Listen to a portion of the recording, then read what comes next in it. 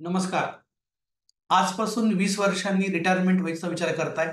आजपासून 20 वर्षांनंतर financially freedom व्हायचा विचार करताय. फायनान्शियली फ्रीडम होणं म्हणजे काय, की मी काम काही न करता मला मंथली काही अमाउंट पॅसिव्ह येत राहील का? जर असा विचार करत असाल, तर हा व्हिडिओ तुमच्यासाठी आहे. शेवटपर्यंत व्हिडिओ पहा. तुम्ही जर का केवळ ₹1000 ची एस-आय-पी प्रति महिना केली आणि त्यामध्ये वर्षाला फक्त ₹500 तुम्ही त्याच्यामध्ये वाढवले, तर काय कॅल्क्युलेशन होतं आपण या ठिकाणी बघूया. तुम्ही या ठिकाणी ₹1000 प्रति महिना भरताय 20 वर्षाकरता. त्याला 16% ने तुम्हाला रिटर्न मी या ठिकाणी पकडलेला आहे आणि ₹500 त्याच्यामध्ये इयरली तुम्ही वाढवताय. तर कॅल्क्युलेशन असं होतं, की तुम्ही ₹13,80,000 टोटल भरताय. त्यानंतर त्याची व्हॅल्यू 53 लाखाच्या आसपास जाते. आपण या 53 लाखाच्या व्हॅल्यूला 50 लाखच कन्सिडर करूया आणि हे 50 लाख रुपये मी त्या 20व्या वर्षी काय करेन, एस-डब्ल्यू-पी मध्ये टाकेन.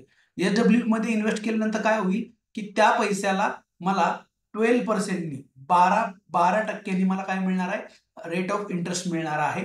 मी अगेन ते म्युच्युअल फंडमध्येच टाकणार आहे. 12% नी मला इयरली रिटर्न मिळालं, तर त्यातनं मी महिन्याला काय करेन, ₹35,000 विथड्रॉल करत राहीन. तर कॅल्क्युलेशन काय होईल, पुढील 20 वर्षासाठी मी हे पैसे घेत राहणार आहे. 240 महिने मी हे पैसे घेत राहणार आहे. 240 महिने हे पैसे मी घेत राहतोय. त्याचे मी 84 लाख रुपये परत घेतोय पुढच्या 20 वर्षात.